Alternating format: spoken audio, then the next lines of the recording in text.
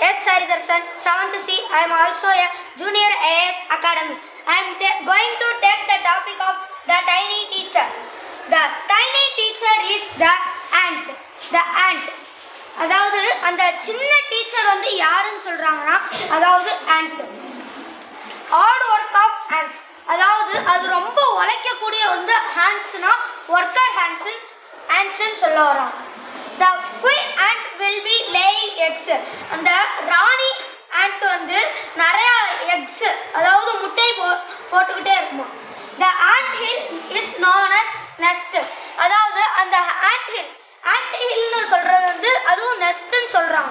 Next, the worker ants will be trained the grubs. அதாவது அந்த வேலை செய்யற ant வந்து ட்ரெயின் பண்றாங்க. அந்த சின்ன ஒரு இந்த இப்பதான் பறக்குற அந்த ant வந்து ட்ரெயின் பண்ணிக்கிட்டு இருக்காங்க. In the ant hills there will be green fly, beetle and lizards. அதாவது அந்த ant hillல வந்து ant மட்டும் இல்லாம நிறைய இன்செக்ட்ஸோட அதாவது green flies, beetle, lizards இருக்கிறாங்கன்னு சொல்றாங்க.